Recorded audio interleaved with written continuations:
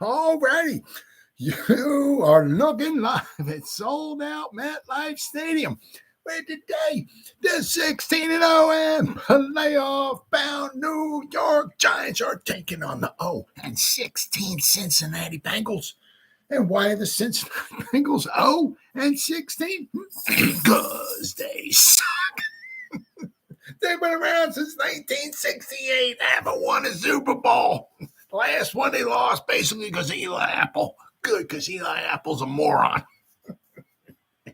Hey, Cincinnati, you suck. They've been there a few times. Just haven't been able to come up with a victory at the Super Bowl, right? Cincinnati Bengals, you suck. Welcome to the Gridiron. Anybody out there at all is going to spend a little bit of time with me here this evening, I greatly appreciate it. Thank you. Or anybody's going to spend any time watching the replays, once again, thank you so much from the bottom of my heart. It means the world to me. Going to try to go about 30 minutes here tonight, shoot my mouth off for about 30 minutes. Oh, here comes my buddy Randy. All right, Randy's here. We can continue. Shoot my mouth off for about 30 minutes. Anybody got anything to say, please feel free to fire away, throw it in the chat box.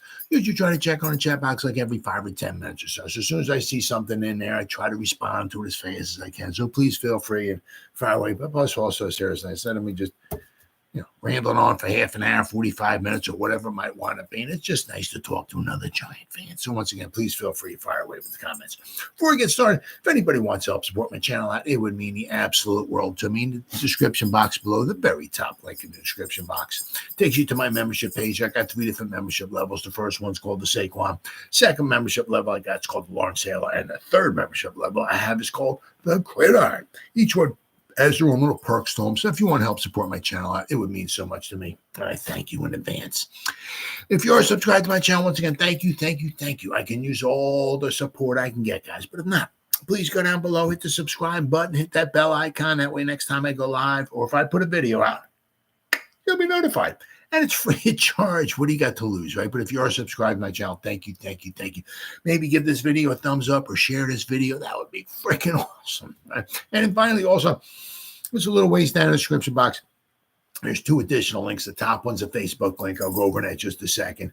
The one underneath it, I'm an old-time fart. Can't stand change, right? I'm too much of a moron to have to think and adapt and all that stuff. Right? The link under it's a Twitter link. It's always been Twitter to me. It will always be Twitter. Whatever letter of the alphabet Elon Musk wants me to call it, that's on you, bro. I'm not calling it that. I'm calling it Twitter, right? I'm one of them old-time farts. One of them, get off my lawn, old-time farts, right? It's Twitter, right? Follow me on Twitter. I'll follow you back. That's an absolute promise. I try to put Giants-related stuff in my Twitter account every day. And finally, the link on top of it takes you to my Facebook group. It's called the New York Giants, the Gridiron. We have over 8,500 members in the group. It's doing simply marvelous, might I add. Basically, if I'm alive and breathing, and if I have internet access, I am putting stuff in this group darn near 365. And not only do I put stuff in this group, but the members post stuff in this group as well, too. So between me and the members, there's a ton of New York Giants information going in this group every day. It's called the New York Giants, the Gridiron. It's my Facebook group. Please join it. You won't be dissatisfied. I promise. All right. With all that stuff said and done and out of the way with. Well, so a bunch of stuff going on here. Just trying to obviously fill the time. One nice thing about it, because there's so many, different writers and all that, everybody's always coming up with all their different types of stories and stuff like that. So to fill the time, because we still have basically it's about 4 weeks away. Well, actually, it's like about 3 weeks is when the rookies will be coming in about 3 weeks, the 16th. Then the veterans come in the 23rd, and then the 24th, they put the pads on and they start bumping heads. So we actually got like about 3 weeks. 3 weeks, and the rookies will be showing up. So I'll have something to talk about. Right? So it's getting there. It's getting there. As I said, with me, I just notice, right, being an old timer. Well, not old timer, but getting up there, As time goes by, it seems like time goes by faster, and says once the season starts, it just seems like it just flies right on by. So that's why I like this time of the season, because it's, once it starts, it's like, training camp, and before you know it, you got that first preseason game. You're like, man, that went by fast. And then before you know it, 3 preseason games are over with, and they're chopping it down to the 53, and it's like, what the heck is going? And then before you know it, we're kicking off, and we're in the 4th game of the season. Right? It's like, what is going? It goes by really, really fast. That's why, like, right now, it's before the I don't want to say the storm. It's not a storm. Before the all excitement and everything starts. Everything. So it's the calm, right? So it's the anticipation.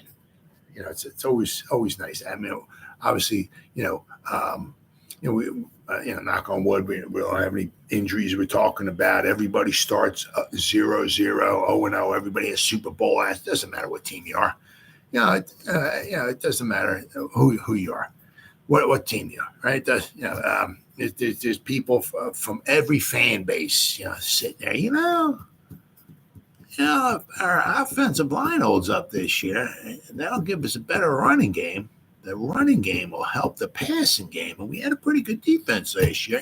I don't see why we can't win the Super Bowl. There's,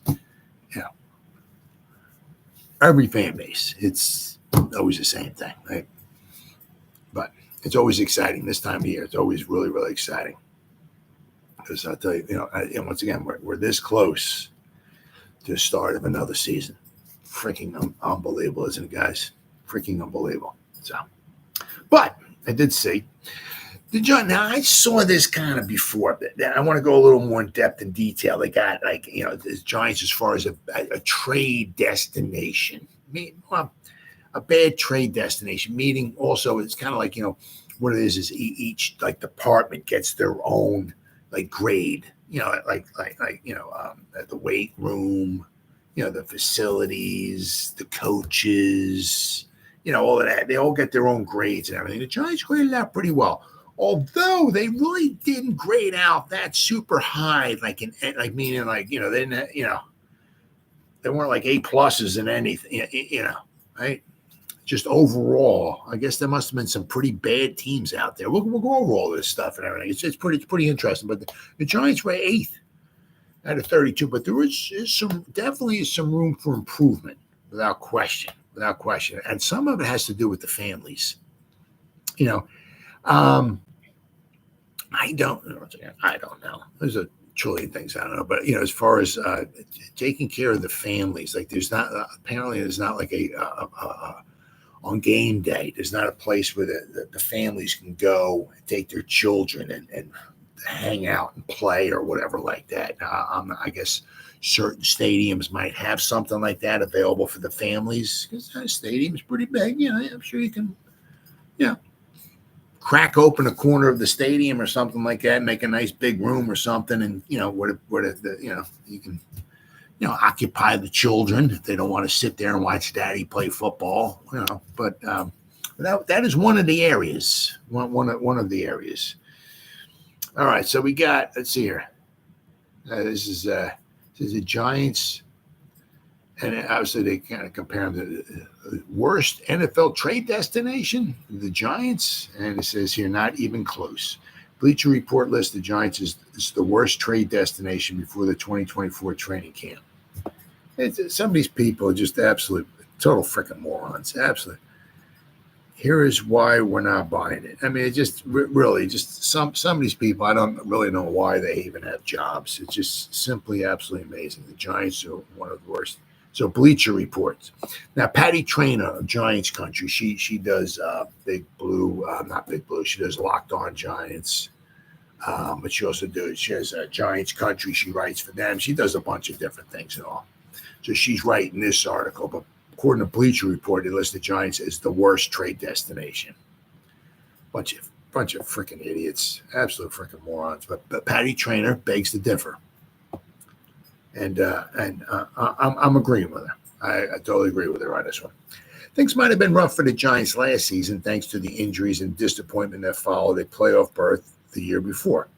But are things that bad that the Giants deserve to be ranked as the top worst trade destination among the 32 NFL teams, such as what Bleacher Report's Alex Ballantyne believes? Alex Ballantyne's a moron, so what do you expect? With all due respect, Well, because Patty, she talks to the guy, I guess, or she's had, whatever, So she has to be nice. I don't have to be nice because I'm never going to talk to Alex Ballant. He's never going to want to talk to me. I could care less if I ever talk to him. He wouldn't know me. I wouldn't know Alex Ballantyne if I saw him on the street either. So, I'm not, but I mean, if you're an absolute idiot, I'm certainly not going to want to talk to you. And so Patty's being nice here. She says, with all due respect, no, not even close. Just ask the players who voted for what really matters in the annual NFL team report card survey, in which the Giants scored 8th out of 32 teams in the areas deemed most important to the players, such as facilities, locker room, training staff, and more. Now we're going to go over, all the scores that they had and everything. There's a nice detailed list, but there is certainly room the Giants can improve on. That is for damn sure. But since the survey wasn't included in the list, let's look at some that what was. The Brian Daboll era got off to a promising start, but it didn't take long to reach hot seat status, Ballantyne wrote. The 2022 campaign resulted in the Giants' only winning season since 2016. However, that season has turned out to be a mirage. Well, you're an idiot. I mean, a mirage. You're just a total idiot, this guy. I mean, you notice all the injuries we had, the turnstile at the offensive line. We had a third-string quarterback in there. You're that much of an idiot. Apparently this guy is, whoever wrote that article. The Giants went 6-11 last season and locked in to pay Daniel Jones for at least one more season and have to pay him $22.2 million in dead money if they part ways, but they can get him out of his contract after 2 seasons. Apparently the moron doesn't bring that up. The way the contract's written, we can get out after 2 seasons. But once again, the Ballantyne moron doesn't seem to bring that up. To suggest Daboll's seat is remotely as hot as, say, that of Robert Saleh as the Jets, or Mike McCarthy of the Cowboys is a head scratcher. The Giants' 2023 season ended up being a complete mess as far as personnel and injuries were concerned, exposing deeper problems that Daboll and general manager Joe Schoen have since sought to rectify. And a lot of injuries. Biggest was the offensive line, where a combination of talent and coaching led to the unit finishing at PFF 30th ranked group in pass blocking efficiency. I'm surprised it wasn't the 32nd. But I mean, let's go going over this list here. They got a list of it's like a report card, shall we say, right? So where the Giants finished that here, okay. There's a nice list of stuff. Overview. The Giants finished the year ranked 8th overall. The top quarter of the league. Pretty impressive. But there is room for improvement. The first item that deserves recognition is the work by the team's training staff, as players gave high marks to longtime head trainer Ronnie Barnes, with 96% of the players responding that they've received an adequate amount of one-on-one treatment time, which ranks first in the NFL. The players were also complimentary of their strength staff, whom they felt made it a point coming out of last year's survey to work more collaboratively with the players this season. There are 2 categories the players feel need to be upgraded. The first is the locker room, and that's something I'm sure that can be done. And the second is a better playing surface at the stadium, as the Giants players almost unanimously responded that they do not like playing on a synthetic surface, in line with our 92% number league-wide. Responding players commented that they believe the surface puts them at additional risk of injury. I don't blame them. So, I mean, they did not get overall, but overall they were 8th. Right, so it must have been a lot of these teams must have really got some pretty bad marks. The treatment of the families, this is something the Giants can improve upon. They got a C. Food in the cafeteria was a B, which was 8th in the league. The nutritionist and the dietitian was a C+, which was 27th. The locker room was a C+, which was 17th. The training room was a B, which is 12th. The training staff was an A-, which was 2nd. The weight room was a B, which was 18th in the league. Strength coaches was a B plus, which was 15th. Team travel was a B plus, which was 3rd. So that's can't beat that. Hardly beat that, right? The head coach was an A minus, which was 13th. So I mean, I'm not even ranked out of 32. So I mean, a bunch of teams must have rated their coaches, I guess, an A. But the head coach was an A minus, and somehow that was 13th in the league. I'm not worried about that. I mean, you get an A minus, A plus, whatever. Okay. And the ownership was a B plus, which was 14th. So there must have been a lot. The Giants were 8th overall. There's a lot of room for improvement here. Now, we got here treatment of families. They got a C, which was 15th overall. They are one of 12 teams that do not provide a family room during games. I mean, I know it's not saying just poof, put in a family room. I get it. You know, I mean, but it's a big facility. I mean, come on. You can't put in I'm not saying you got to have a 3,000 square foot a family room or something, but come on. You can't do something for the families? But they do provide daycare on game days, though. Okay. The cafeteria, we only got a B, which was actually, this is 8th, right? They ranked 8th overall in food taste. They ranked 8th overall in food freshness. The players' top request for the food program is offering more options and variety of food for different dietary needs. I can see obviously where, because I mean these guys are big, and not to mention, especially in the in June and all of that, you got 90 guys there. If you feed 90 guys, that's a lot of money. You go through a lot of money. I get it all, but there's room for improvement here, certainly. The nutritionist and the dietitian. Now, I'm not sure if they did anything with this or not. I'm not sure, but they got a C plus, which was 27th. Only 67% of the players feel like they get an individualized plan. So that's not good. That's certainly something they can, without question, they can work on. The locker room is a C plus, which is 17th. 90% of the players feel like the locker room is big enough. Only 75% of the players feel like they have enough room in their individual lockers, though. So once again, I'm not sure if that, if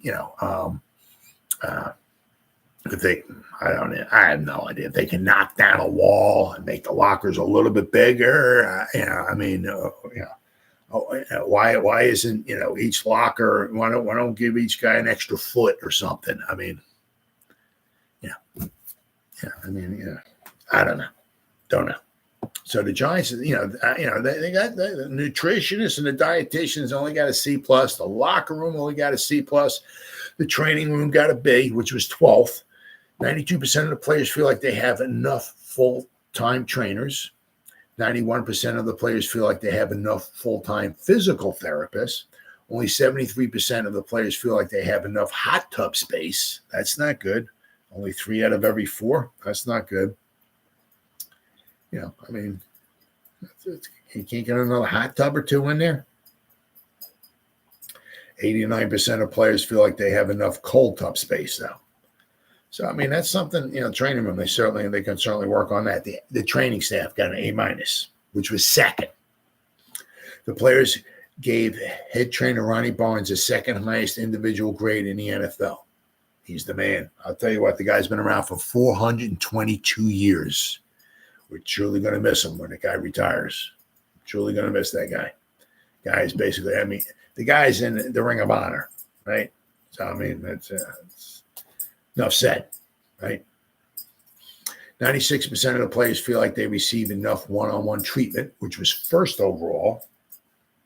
The players feel that the training staff significantly contributes to their success, which was 5th overall. So the weight room got a B. The players feel that they have good quality equipment in their weight room, which was 17th overall. Players say they got new equipment this past year. The players feel they have an adequate amount of space in the weight room, although a few players say more space would be helpful. particularly during the training camp, 21st overall. And, that's the one thing. I mean, you got to figure during training camp, you got more guys in there. So you figure for like a couple months when you got all 90, I'm not going to say you have 90 guys in there at one time, but when you got almost twice as many guys in there as that you do during a regular season, it does help to have a little bit extra room. The strength coaches got a B+.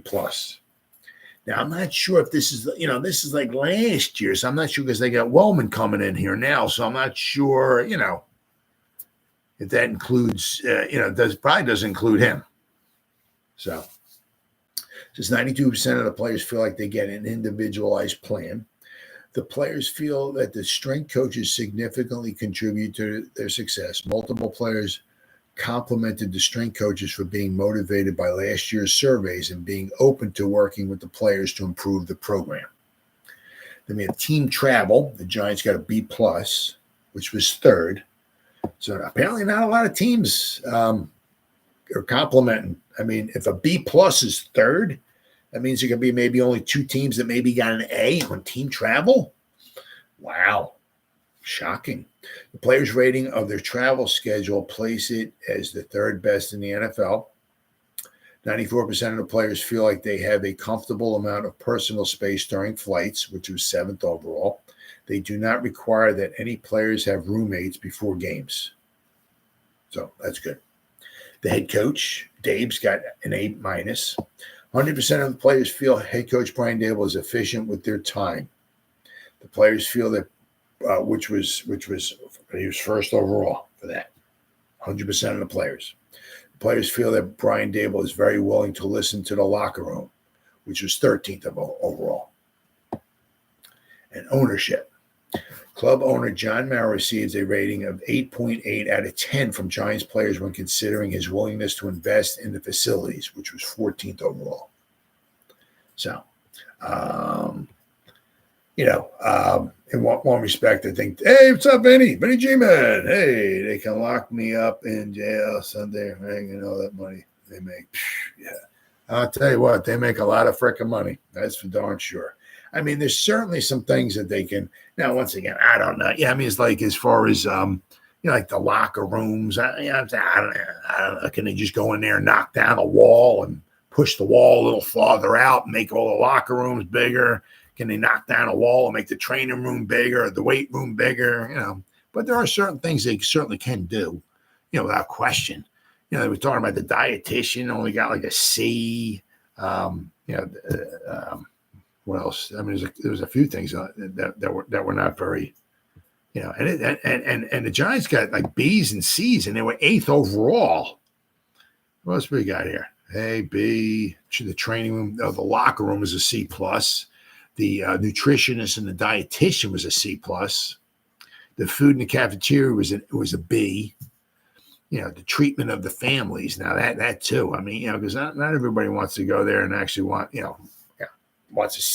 is able to sit there or winds up watching the game or whatever. You got to have some place to put the family. I mean, my goodness, you got, you could quite easily have 50 families there.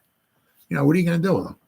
You got to have some place for them to go. So, I mean, that's certainly something that the Giants can certainly work on. But I tell you what, if I remember correctly, I think the Chiefs were one of the worst. It goes to figure. I mean, it's like they're winning all these Super Bowls, but they were one of the worst as far as that ranking and everything. But they also brought like John Mara's, is got an 8.8 out of 10. It seems like he may be a little reluctant sometimes, maybe to spend some money. Guys making a lot of money. I don't know why. Stuff's all a tax write-off. I don't know why. Why? Because if you start thinking about it, right? I mean,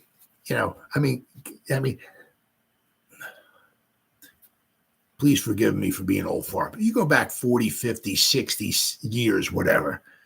You go back to the 50s, right? Guys ain't no cell phones, right? In the 50s, so-and-so is not, picking up the cell phone and calling so-and-so, hey, I might be traded to your team. How's it going over there? What's that's not happening. Nowadays, everybody texting, tweeting, twatting, FaceTime and Facebook and everybody. Everybody's got everybody's number. You know what I mean? And if you want player X to come to your team, he's picking the phone up. Yo, what's going on, bro? Hey, how's things over there? How do they treat you over there? How the facilities? How's the food? How's the Oh man, I tell you what.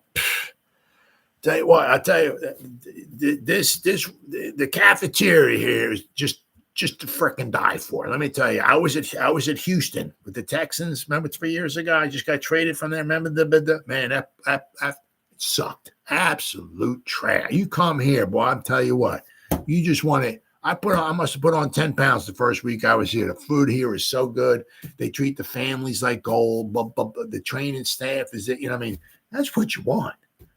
That's what you want. Oh yeah. Oh, okay. That's because they might. You start weighing some stuff out. It's like, well, Seattle wants to give me $15 million a year, but everything there sucks. The Giants want to give me $13 million a year. But from everything I'm hearing, the travel is good. The coaches care. The food is good. They treat I got 3 kids. They don't want to watch me play football. They want to, on game day, my wife's bringing the kids. They want to run around. They want to, so they start weighing that out. Sometimes, better facilities, treating the families and the players better might be worth an extra $1 million or $2 million in their, so it's, and, whatever you can do to get these guys here. The heck of it means making better weight room or bigger locker room or better this or better that or something or better cafeteria. Why wouldn't you do that? It's all about, it's all about winning, right? I said, if you got guys saying, oh, this place is good, right? People are going to want to go there, right? Like with me, I'm a Knick fan, right? We can't get a big name player to play for the Knicks to save our lives. LeBron James has been on like 32 different teams since he's been in the league, right? Kevin Durant's been on, I think, 74, 75. After a while, you lose track. These guys been on. They change teams like they change underwears, but right? Nobody. The New York Knickerbocker, nope, nobody. Right? We're waiting. Yeah. Why can't we get anybody? I think the owner is a douche, right? We can't get anybody here, right?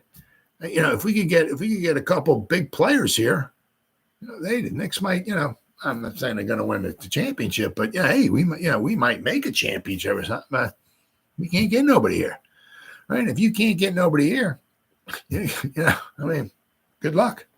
Good luck, bro. And I realize, I know something, money does talk, but sometimes, taking care of the players and all that, that means a lot too. So the Giants certainly have room for improvement, but they're not certainly not the worst. Certainly not the worst. But unfortunately, as I said, if I remember this list came out like last year it was, but I think the Chiefs were like the worst. So unfortunately, it doesn't necessarily mean that you got to have the best facilities to win a Super Bowl. You just need to have a future Hall of Fame quarterback. That's and Andy Reid. That doesn't hurt either. So, but at least the Giants aren't the worst. All right, then we got 3 Giants facing the most pressure in 2024. This is from Giants country. Patty Traynor once again. She's doing all kinds of stuff. Well, let's see. One of them here, hard to believe, quarterback Daniel Jones. Might as well start with the most obvious one, regardless of whether one is for or against the Giants running it back with Daniel Jones. This is the decision the team brass has made, leaving it up to Jones, who has been working his tail off this offseason to not only recover from a torn ACL, but also to get his game right within the offense. Now, one thing you got to, I say this all the time. If Daniel Jones won us the next 32 Super Bowls in a row, and we never lost a game, right? Half the fan base would still hate the guy, right? It doesn't matter. One thing you can't take away from him is the guy puts in the time. The guy puts in the time. Now, once again, is that going to translate to the field this year? And we're going to have a winning record? Or is he going to make it past the season? Who knows? But one thing you can't take away from the guy puts in the time. Now, no question, right? Once again, doesn't mean it's going to translate to the field, but you got to give the guy his due. The guy's doing everything he possibly humanly can to get back on the field, to be the best quarterback he can be, and everything like that. So you got to give the guy his props there, right? While it's true, last season Jones was victimized by poor offensive line play and injuries, Jones became far too skittish in the pocket. He continued to stick mostly with his first read, sometimes telegraphing where he was going with the ball. Yep, and sometimes trying to force a play that wasn't there to be made. He finished with a 4.1% of his passes being of the turnover-worthy plays variety. I guess was tied with former quarterback Sam Howell for the highest turnover-worthy play percentage among the 38 quarterbacks with a minimum of 200 dropbacks. So he had a lot of turnover-worthy plays. His average depth of target was 6.39 yards, was among the same sample group, suggesting a reluctance to throw the ball deep even on those occasions when there was time. So, but sometimes you're just so programmed. You just get nailed, play in and play out and play in and play. You're just programmed. Okay, I'm going to get the ball. I'm going to take 2 steps, and by the time my back foot plants on my second step, I have to release the ball, because somebody's going to come and take my head off. You just, you could try to say what you want, but you keep getting pummeled, play in and play out. It's kind of hard to stand back in the pocket. Well, this time, maybe this one time I won't get hit. So, he was looking for dump offs. He was like, a lot of times, dropping back. Okay, as soon as you turn around, I'm throwing the ball. Come on, turn around, baby. Here we, So. Let's see if he actually gets some time in the pocket this year. If he gets some more, gets comfortable, can he get in the pocket and look through his progressions? Right? Let's see. That would be a miracle if we can actually get some time in the pocket. Jones also posted career lows in success rate, 37.4%. Yards gained per pass attempt, 5.7. Ooh. Yards gained per pass attempt, 5.7. That's horrible. That is really horrible. Usually, I think like around at least 7. He was at 5.7. That's horrible. And yards gained per pass completion, 8.4. The hope is that a revamped offensive line and addition of Malik Neighbors will get Jones back to looking more like the quarterback he was in 2022. He had better, as if he stumbles out of the gate, the team's brass may not hesitate to pull the plug on him midway through the season to avoid putting him at risk for that $23 million injury guarantee in his contract next season. So it's like, they might pull the plug, maybe. Once again, there's so much involved in it. But, if things start going south, that they, just put him on the bench, because if he can't pass a physical next season because somehow he gets injured, he's due a $23 million injury guarantee. So, all right. So the next guy here, once again, who faces the most pressure coming up this next season, no surprise here, some right tackle by the name of Evan Neal. The heat is on the entire Giants offensive line, but perhaps none more so than right tackle Evan Neal, who, due to a combination of factors, including injuries, has not lived up to his top 10 draft pedigree. The injuries, I'm sure has a lot to do with it. Last year, Neal played 309 pass blocking snaps, who had a minimum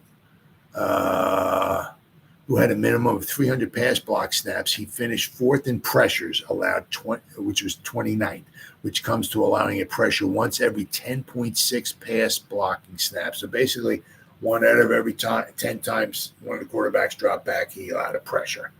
So you can figure he was giving up at least 3 pressures every game, I guess. They dropped back 30 times, just saying.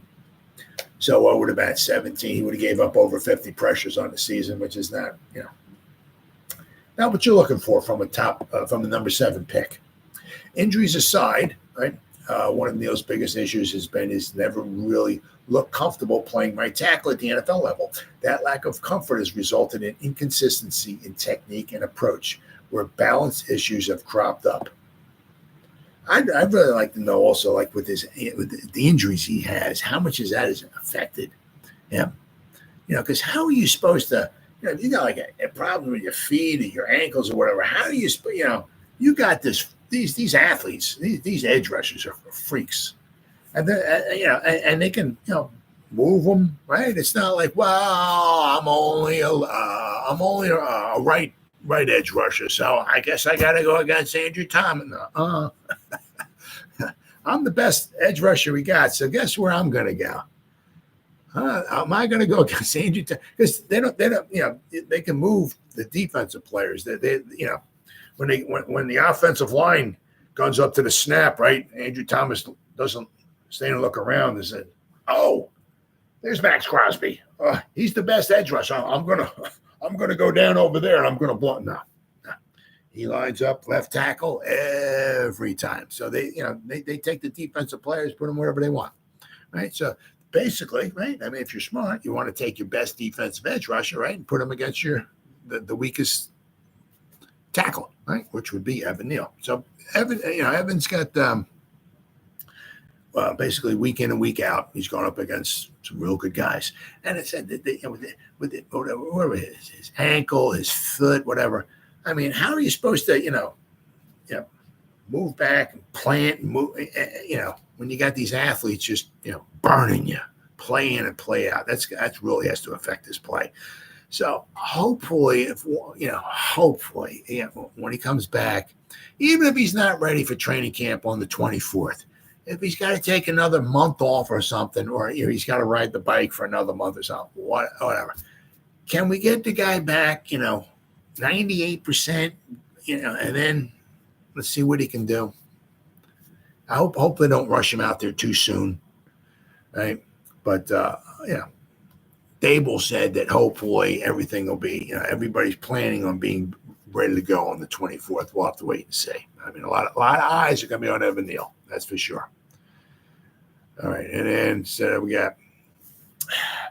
That might be true, but given how much Neal was doing before they're backing all of him, based on what the media witnessed, it was individual drills and walkthroughs against air. It's fair to wonder if he had a setback, which head coach Brian Dable denied was the case. Okay, then, if he's certain that Neal can be counted on this summer, that's what we're hoping for, Dable said. He's in here. He's working his butt off. Evan is on his program in terms of trying to get back as soon as he can. He's doing everything he can, participating in the meetings. So very hopeful, really, with all our guys. When we get back, we'll all be ready to go. So hopefully we'll have to wait and see. And then they got here, with the most pressure on is Cordell Flott. All right.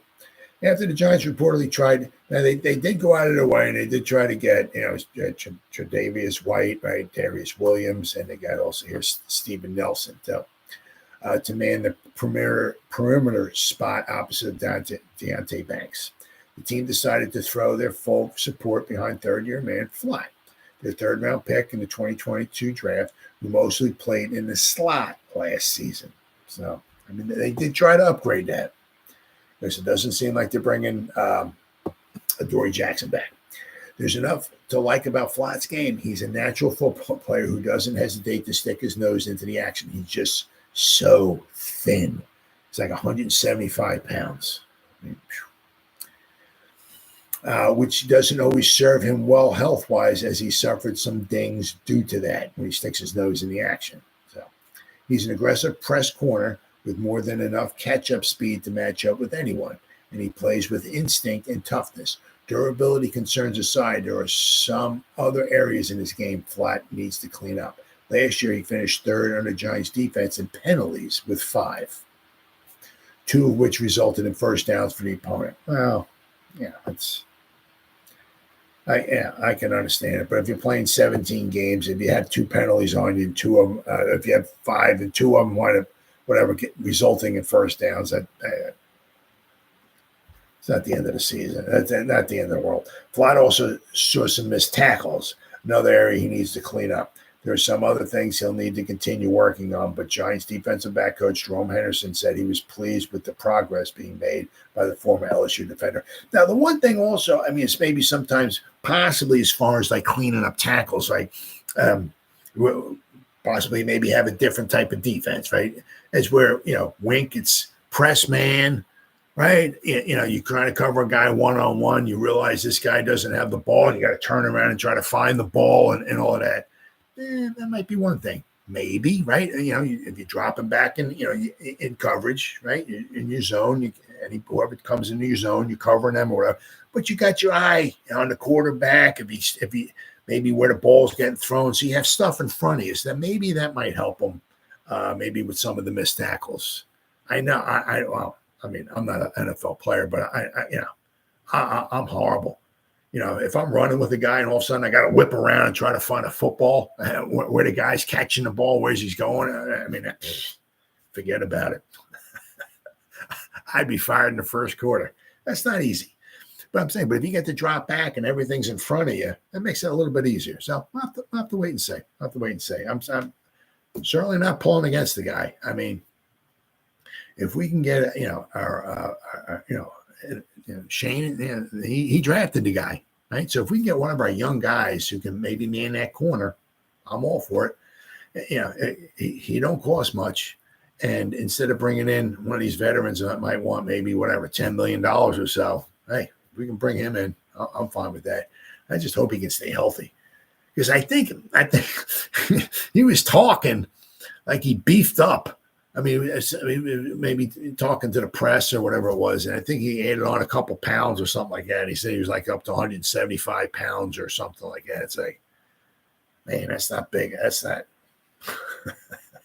that's not heavy at all, man. That ain't heavy at all. But I'll tell you what, he's got some pressure on him. So we'll have to wait and see. That might be obviously one of the areas of concern, maybe next season. Put these guys out there. Let's see what they do. Same thing with Daniel Jones. When the season's over with, the smoke clears, the dust settles. Shane sits back there after the season's over with. And it's like, we got Tay Banks. Drew Phillips wasn't bad in the slot or the nickel or whatever you want to call, right? But we need a cornerback. What are we going to do with Neal, right? What are we going to do according? So after the season's all over with, we just have to answer some more questions, right? But hopefully we got our number one cornerback. Hopefully with Phillips, hopefully he can man the other, the nickel, whatever you want to call, right? Cornerback there. So that other cornerback spot, we'll have to wait and see. But I mean, if he's not the guy, we can maybe draft one too, right? All right, then I got, let's see here. 3 areas the Giants must improve on, areas in defense for their success. This is from Giants Country once again. This is from Michael France.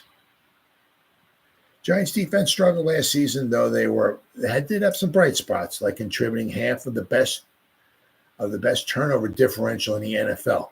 They were tied first with Baltimore. And it just goes to show you, I mean, the Giants had the turnover differential, which was phenomenal, but it didn't translate into victories. Usually that's a big, you win the turnover battle, usually, and I don't mean, you took a ball away 31 times and you gave it up 30. That's a +1, whoopee-doo. I'm saying, but what the Giants had last year, usually that translates into some victories, but not with the Giants, not with that offensive line, and not with that, the first string quarterback, the second string quarterback, the third string quarterback, The pass defense was also better than given credit for, as the Giants allowed the 9th best opposing quarterback rating at 84.1. Not bad. However, the Giants need to improve their defensive game if they want to compete in an NFC East that looks tough again. Oh, yeah. I mean, you got to give the Cowboys, whatever they're going to wind up doing. Yeah. Lord only knows what they're going to wind up doing with ABCD Lamb, right? With Dak Prescott, Parsons, when those guys, if and when those guys are going to get paid, who knows? But what you can be sure, the Eagles got as long as everybody stays healthy, right? There's some weapons in the NFC. Giants got some now. Let's not forget about the Giants, but we're talking right now about the Giants defense. So let's see, points allowed per game. Now, some of this also is, it's once again, it's the theory of relativity. They're talking about averages are indeed a tricky metric to wade through. Still, the fact is that 7 of the 9 teams that allowed less than 20 points a game made it to the playoffs. Okay, that's fair. Pittsburgh, Tampa Bay, Dallas, Buffalo, San Francisco, Kansas City, and Baltimore. But the thing is that, it's a theory of relativity, right? I mean, everything's relative, right? If you got a good offense, right? So they're talking about the Giants giving up, the defense giving up points. Okay, I can see that. But, once again, everything's relative. If you got an offense that can stay on the field, where's your defense at? On the sideline drinking Kool-Aid. How many points are they giving up? I mean, unless you're throwing pick sixes. Every now and then Eli would stand back and throw, or Daniel Jones with the Seattle Seahawks throwing pick sixes. Well, unfortunately, those pick sixes look bad on the defense. But if you got an offense that can actually stay on the field, chew up the clock, right? Your defense is on the sideline, they're not giving up any points. But when your offense runs on the field, right? First play incomplete, second play they run a draw, gets 2 yards. Third play, of course, it's a sack. Well, now you got the Scottish Hammer out there running out there to punt. You know what I mean? You're not chewing up a lot of clock, right? So your defense gets tired. Your defense is on the field a lot. Sooner or later, they're going to give up some points, right? So, because your offense stinks, it makes the defense look a little bit worse than they really are. If the Giants had their offense was like it was in 2022, if it was like that, last season, decent offensive line, Daniel Jones relatively healthy and all that and everything, right? And the defense would have gave up less points. It's common sense.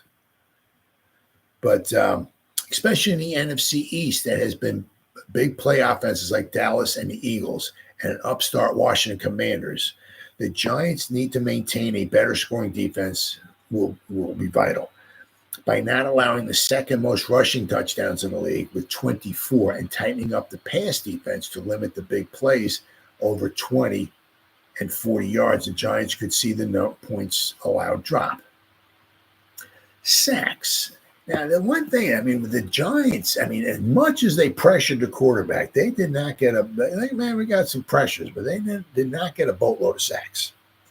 The Giants need to sack the opposing quarterback just as much as they need to protect their own. The Giants finished 28th in the league with just 34 sacks. And basically, Kayvon had like 1/3 of those sacks. Now, the pass rush should be better in 2024 thanks to the offseason acquisition of Mr. Burns. Burns played the uber-valuable modern 3-4 outside linebacker position that's more of a stand-up rush end.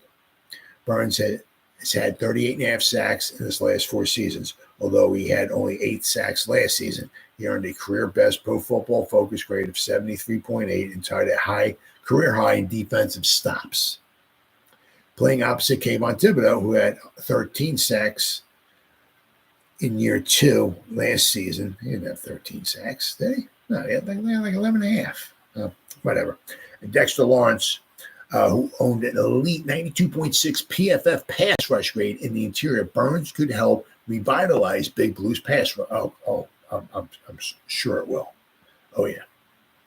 Again, the pass rush will be vital in the division with Jalen Hurts, Dak Prescott, and rookie first-rounder Jaden Daniels. Yeah, once that freak of nature gets on the field, wow. Now, with Daniels, it just seems like, just – what we got here? I'm so happy we aren't bringing the house on 3rd and 52. Yeah, we shouldn't have to. We certainly shouldn't have to. But Hurts, good mobile quarterback. Dak's very good, just moving around, right? But Daniels, he's not. He's not like a Jackson is like, he's just a freak. He's side to side, fast. Daniel seems like he's more. If he gets ahead of steam going north and south, Houston, we could have a problem. But it maybe not quite as much of it, as Lamar. Lamar's just like all over the place. Lamar's just that. It's just silly. He's just stone cold silly, that freaking guy. Need a defensive tackle, have to stop the run this year. Oh, yeah. Yeah, it's very interesting to see who we're going to put next to Dexter Lawrence. Now, the one thing is I got me scratching my head. I'm scratching it so much, I'm losing all my hair here. Bowman's talking about, we're going to have a 3-4. Three guys in the dirt, three games in the dirt. We have two outside linebackers. We're going to have two inside linebackers, and we're going to have four guys in the secondary. I don't know. It's not going to be basically your typical 3-4, but we're going to have three guys in the dirt. I'm having a hard time visualizing Dexter Lawrence, Ryder Anderson, and Nacho, those three guys on the field at the same time with their hands in the dirt. I'm having a hard time visualizing that. Where's Burns going to be at? Where's Akarake going to be at? Where's Thibodeau going to be at? I mean, I don't know, because he wants the best guys on the field rushing the quarterback. So if you got three big dudes with their hands in the dirt, and then you got somehow Burns and Thibodeau on the outside, I guess the outside linebackers, edge, whatever you want to call them, he's going to want those guys coming in to the quarterback. So I mean, I don't. Yeah, but that's what he said. It's going to be like a 3-4-4. So we'll have to wait and see. Although Isaiah Simmons is going to have a big role in there, apparently what he's saying. So it's going to be interesting to see what exactly how he works his defense out. I think he made those comments before we got Burns. That might have been because I think that was on the Hard Knocks, and I think it might have been before the Burns trade. I think you're right there. Yeah. But that's bad because he was talking about he wants like four guys who can rush the quarterback. That's why I was kind of hoping like maybe next season, if we don't get somebody in free agency, maybe I said maybe we can draft somebody, put next to Sexy Dexy. That would be fantastic. Because you also got to realize, so at 2019, 20, 21, 22, 23, 24, this is Dexter's sixth year. I mean, I don't want to sound like the Grim Reaper or nothing like that. I'm certainly not saying his career's over. Don't get me wrong there. But, he's at the top, right? He's at the top. There's only one way to start going. Somewhere along the line in the next few years, he's going to probably, So while he's at the top of his game, we got Burns, right? We paid him. We paid Sexy Dexy. Let's draft somebody, right, in the first round, second round, because we did pretty good. We got Dalvin Tomlinson in the second round. We got some. If you go back to 2000 and look at the Giants draft in the first or second round, we haven't done too bad as far as drafting good defensive tackles in the first or second round. We've done pretty good. You go back to Cornelius Griffin in 2000 from Alabama. I think the second round pick. Second, I guess it had to be. Ron Dane was the first pick, our first round pick, right? So 2000, we got Cornelius Griffin. Griffin, I think it was, from Alabama. He was very good, So you go back, it's past 20-something drafts. We've done pretty good in the second round. So while Sexy Dexy's at the top of his game, he's paid. Burns is paid. Thibodeau somewhere, let's not forget, he's going to want to get paid too. Right, so if we can get a stud next to Dexter Lawrence, somebody, maybe he doesn't even have to, we're not drafting the guy to get 13 sacks, but can he clog it up? Can he be a good run stuffer? Is what you're talking about? Man, that would be a great front wall. Everything starts in the wall, right? Everything starts in the offensive line or the defensive line. And what you were saying, is that that run defense has been really just freaking atrocious, absolutely atrocious. People say a lot about Leo. Oh yeah, yep. Oh yeah. I mean, that's you can't overlook that, right? I mean, those two good guys we had there next to each other, absolutely. But unfortunately, that's just the way it is. I mean, you're paying Dexter Lawrence, and then you're paying Leah. I mean, could you imagine we'd be paying almost, I don't know. I mean, well, we pushed money down the road. So Leo Lyon, I think last year was getting like $30 million or something like that. Could you imagine we're paying Leo like $30 million and paying Burns $30 million, and Kayvon's getting whatever 6, 7, 8, whatever he's getting, and got Dexter, Sexy Dexy's making like $20 million. I mean, could you imagine that? Unfortunately, you can only afford to pay, so many guys. But I would love to see like next year, maybe in the draft. As I said, it doesn't have to be a first round base. I mean, in the second round, if we get somebody really good, really solidify that front wall, man, that would be good. That would really, really be good. But I am very anxious to see who's going to spend a lot of time this year next to Dexter. Without question. But I do also, I'd really like to see, while we've still got Sexy, while he's still at the top of his game, and I'm not saying he's going to plummet off the face of the earth, but this is year 6. Say he goes another 3-4 years at the top of his game. Well, it's only another 3 or 4 years to go. That's it, right? Did you hear about the owners proposing to have a? Yeah, I heard about that too. Yeah. Oh yeah, I mean, you figure. I mean, basically, if you think about it, as we speak right now, I don't know what their age is, but as we speak right now, there's somebody living on the face of this earth who will be, who's alive right this second, who will become the first $100 million a year quarterback. I mean, the quarterback, the person might only be 4 years old now, might only be 7 years old now, whatever, might be 10 years old now. I don't know. But there's somebody alive right as of this second who will be the first $100 million a year quarterback at the rate we're going. At the rate we're going. Because, we're up to 55 million. We only got 45 million to go. And it's like, obviously when you're at the low end of the pay scale, right? Whoever's making 2, right? Well, the next guy, well, I want to make 2.1.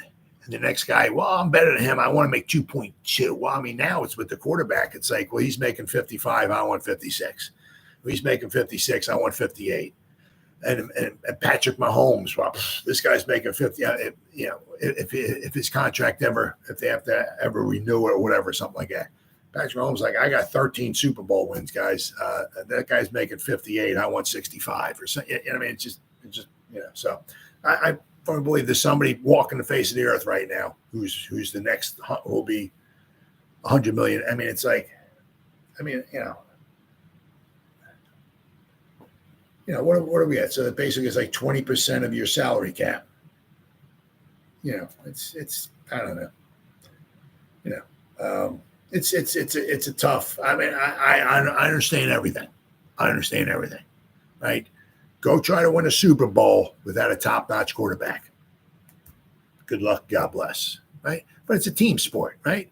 If you're, Patrick Mahomes, but you don't have an offensive line or you don't have guys to throw the ball to, try winning a Super Bowl. So I get it. I mean, there's a lot of money to be made. I get it. But I did hear about that. Yeah. And if that winds up happening, I'd be fine with that. I'd really be fine with that. Maybe something separate. You can pay the quarterbacks, whatever. But then the rest of the team has a certain salary cap to it or something. I'd be fine with that too. Yeah, because it is. It's just some of the salaries are just getting really, really, really high. I've said this before. What I would like to see is they start taking some of the money that they're making, because they're making a lot of money, and start getting somewhere they have some type of a health care for the players forever. Whether you're in the league for a year, 2 years, or what, I don't know how they can scale it. Like if you're in the league for more than 5 years, you get this type of protection. If you're in the league for 10 years, you get the best protection possible, whatever. But I would like to start seeing them start dishing out some money, putting some money aside. Because it's easy for me to say. I understand, but it's very easy for me to say. A lot of us say, how much money do you need? You really need $55 million a year. There's other ways of making money. I mean, if you're Patrick Mahomes, how much money is Patrick Mahomes making on State Farm commercials? How much money are those guys making on other things? They're making a ton of money, right? You don't need, right? So if they can just start maybe taking some of this money, putting aside somehow, and start get some type of health care for these players, because a lot of these players, unfortunately, don't make $55 million a year. Sometimes some of the players might make $1 million, 2, 3, whatever a year. They play for 4, 5, 6 years, whatever, right? And then 10 years later, they're because they make bad money decisions. They no longer have money. They're I don't want to say penniless or whatever, but then all of a sudden they start having all kinds of things prop up with them and stuff. Maybe they can't afford the best care or stuff like this or whatever, and they're kind of like forgotten. So I would really like to see him do something like that. I know it's not that easy. Just do that for the it's not that easy. I get it, but that's something I'd really like to see him do. Start taking some of the money and and just maybe you should start taking care of these guys. I mean, because it's the guys that are sacrificing their bodies, for our entertainment. Right. I mean, right, John, right. On Sunday, you see a good hit. You're like, yeah, you're freaking out. Yeah. You know what I mean? But that one hit might have gave that guy over there another concussion. Might be his 7th concussion of his career. He might have to retire or so. Where somebody gets really hit, maybe throws their back out or something. You know what I mean? We don't care, right? It was a good hit, but it might give the guy problems going down the road. So that's something I'd really like to see. Really like to see something like that. Let's see here. Oh, rushing yards allowed, right? Whatever the additional factors for the Giants' allowance of 2,251 yards, often playing from behind, for instance. Such yardage can't be allowed if a team wants to play winning football. Allowing nearly 4 yards a carry will deplete a defense and the clock. The Giants allowed 49 first down conversions from running plays on first down and 50 from second down. Wow. Whew. Wow. Giants allowed 49 first down conversions from running plays on first down and 50 from second down. Wow. On second down plays with 1 or 2 yards to go, the Giants allowed 5.37 yards per rush. Wow. Holy cow. That's horrible. Stops defined by PFF as a play where a defender makes a tackle and the location of the tackle means the play is a successful one for the defense. On first down, the tackle must be made within 45% of the way to a first down or less. The offense can't get to 60% of the way to a first down, and on a third or fourth down, the offense can't convert. The Giants had one player register 50 or more stops last season. That was Bobby Okereke. Among 4 players with more than 30 stops, that's better than Detroit, Chicago, and San Francisco, all which had top rushing defenses. So, I mean, what you were saying there, Benny. We need to do a better job stopping the run too. But that's one thing that Bowen. I can't remember the entire Titans defensive line, but I know they got Simmons in there. That dude's a freak. He's a freak in nature too. But he did a very good job with his run defense, and hopefully he can bring that over to. I mean, we got Burns, we got Thibodeau, we got Sexy Dexy. I'll put those 3 guys up against the 3 guys that Tennessee might have. And we got Bobby Okereke. I'll put Bobby Okereke up against any one of their inside linebackers too. So, if he can get the Tennessee Titan run defense to being like a top 5 unit, top 10 unit, I don't see why he can't do that with the Giants. So that's one thing. That's the one thing he does bring. So he doesn't bring a lot of pressure, but he's supposed to be very good with the run defense. So let's hope that winds up happening. All right, then I got this was good old Eli Manning reveals advice from Derek Jeter. I'll tell you what, he's like E.F. Hutton. When Derek Jeter talks, you shut up and you listen. I'll tell you what, I'm a Met fan, But I'll tell you what, I got all the respect in the world for Derek Jeter. I wish he was a Met. Let me tell you frickin' what. Holy cow. Former Giants quarterback and two-time Super Bowl champion Eli Manning recently sat down with the New York Post. As they discussed his career and many other things, he talked about some advice that he was given his rookie season by New York's great Derek Jeter. Advice, mind you, that is still relevant for this year's team, and it probably always will be. He just said, keep grinding, keep working hard every day, Manning said about the conversation he had with Jeter back in 2004, his rookie season, right? Everybody goes through the struggles. Don't let the media, don't let anybody get to you. Just keep working hard. I promise you it'll get easier. Don't get discouraged after just a few weeks of doing this. Let's see. I remember watching some of his press conferences after games, Manning told Steve Serby. And even after he had great games or great things happen, always giving credit to his teammates, being positive, and even after having bad games, kind of taking the heat, taking the blame, never making excuses, never throwing another guy under the bus. And that's one thing, I don't ever remember.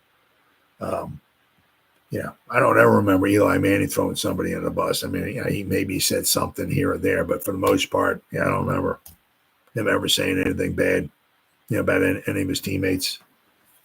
So that's one of the reasons why Derek Jeter had, that's why he was called the captain, right? And when you call the captain of the Yankees, let me tell you, freaking what, that's saying something. As I said, a lot of respect for him. I said I'm a Met fan, but I'll tell you what, I wish he was a Met. Let me tell you what. And then we got here where the Giants rank in positional spending among the rest of the league. At quarterback, the Giants rank 4th overall. Their cap hit is $56.1 million. Obviously, because Daniel Jones' cap hit is almost 48, and then of course we got Drew Lock. So we got obviously we're spending a lot of money. I get it, but we do if need be, we do have Drew Lock, which obviously costs a little bit of money. So we are 4th highest spenders in the league, $56 million quarterback room. But if we're 4th highest in the quarterback room, that means we're going to be low in a lot of other places. Like one of them, for instance, is the running back room. Our cap hit is only $7.35 million. We got like 312 running backs. Grand total of $7.35 million. Of course, the Eagles are spending $12 or $13 million just on Saquon alone, right? So the Giants' league rank is 25th overall at the running back room. Devin Singletary is the highest cap hit. Basically, he's half the cap. He's that we're spending on running backs. He's at $3.75 million. And our cap hit for the running back room is 7.35. So Devin Singletary's at, half of that. But you look at it, Devin Singletary's 3.75. Basically, he's like a third of what the Eagles are paying Saquon. So wide receiver room. Now, this is interesting too. We're 24th. Our cap hit is only $27.2 million. There's other teams out there spending more on one guy than the Giants do, than their whole, right? Darius Slayton is the biggest cap hit, $7.75 million. The thing is that, if these guys keep developing and all, right? The problem, right, is that we got Neighbors a first year, Hyatt's a second year, Wandell's a third year. And Hyatt's not a first rounder and Wandell's not a first rounder. So as the years start going by and these guys start getting bumped up in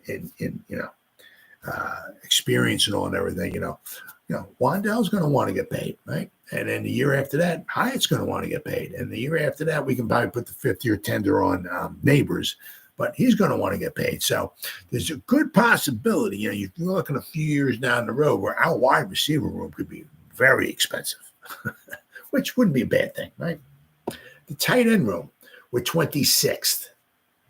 But a lot of that is also because we got that Darren Waller's $2.5 million dead cap hit in there. So the Giants spent $7.97 million, almost $8 million on our tight end room, which is 26th in the league. But if you take Darren Waller's dead cap money out of there, we're only spending about $5.5 million, which is like, not much at all. That's because we got a lot of I don't want to say unproven guys, but obviously with Bellinger and Theo Johnson being cheap, but then you got Cager, Stahl, Manhurts, Tyree Jackson. You got a lot of these other guys are just cheap, very cheap. Our offensive line, we spent almost 56 million on, which is 12th highest. The biggest cap hit is Andrew Thomas, 23.3 million. Defensive line is 58.82 million. Of course, which includes Brian Burns, right, and Sexy Dexy and Kayvon. He's picked number 5, so he costs some money, right? So the Giants are 5th overall in spending on the defensive line, which I have no problem with. No problem with it. I love a good defensive line. Linebackers, 15th. The cap hit is 29.79 million. Bobby Okereke is the biggest cap hit of this particular season, 11.21 million. Defensive backs, we got a lot of cheap guys, right? Our cap hit is almost $29 million for the defensive backs, which ranks 31st in the league, which just goes to show you we don't have any big guns out there. We don't have a Stephon Gilmore, Darius Slay, right? A Bradberry, whatever. We don't have, Xavier McKinney, right? We don't have anybody like that. We got a bunch of young guys who are cheap, right? Our kicker, we're number 1 as far as kicker. Graham Gano, biggest cap at 7.21 million. I guess our kicker, I guess the cap hit is 8.01 million. Which is number 1 in the league. So the biggest cap, as I said, Graham Gano, $7.21 million. So if he can get back, if he can be, just whatever, just from training camp and not training camp, from OTAs and all that and everything, seems like he's doing pretty well. Seems like he might be back. So we'll have to wait and see. But if Graham Gano can get back to like what he was 2 seasons ago, right? Where he was just drilling 50-something yarders. And I know he's 2 years older now. I get that and all that. But he kicked like 90% accuracy. It was just like, it was almost just like nothing for like a 55-yarder, right? Because you get the during the game, you got the camera behind the end zone, you got the goalpost there, and off in the distance you see the ball and just like splits the uprights. It's like, man, that looked so easy. That was 54 yards out. It's like, he just makes it look so easy. Man, if he can get back to something like that, he's worth it. If you got a guy who can just drain him from 50-something yards, I ain't got no problem paying a guy, $5, $6, $7 million a year. Absolutely not. No problem at all there. Then our punter, we're 14th. Jamie Gillen's $2.4 million. Our cap hit is $2.4 million. So let's see. I'm interested to see, because the Scottish Hammer, right? We got a new Gabriel, right? We got a new special team. So it'll be interesting to see if he does anything, if he changes anything up on the Scottish Hammer. He didn't do too bad last year. Seemed like he got a lot better last year. One thing that was kind of impressive as the season went along was his kicks, a little more consistent. Because it seemed like 2 years ago he was like booming them, but they were like line drives. So when you kick it 60 yards, the guy catches the ball. Your defense or your guys are like they're like 20 yards away from the guy. The guy's got a lot of head of steam going. And he can make a couple moves and make some guys miss, and then it might be off to the races, right? But you want the mortar shot, right? You want a 40, 45 yards down the field, but that's what you want, right? And we had some pretty good gunner play. Darnay Holmes did a pretty good job last year for us. So it's going to be interesting to see. Hopefully, Gillen can,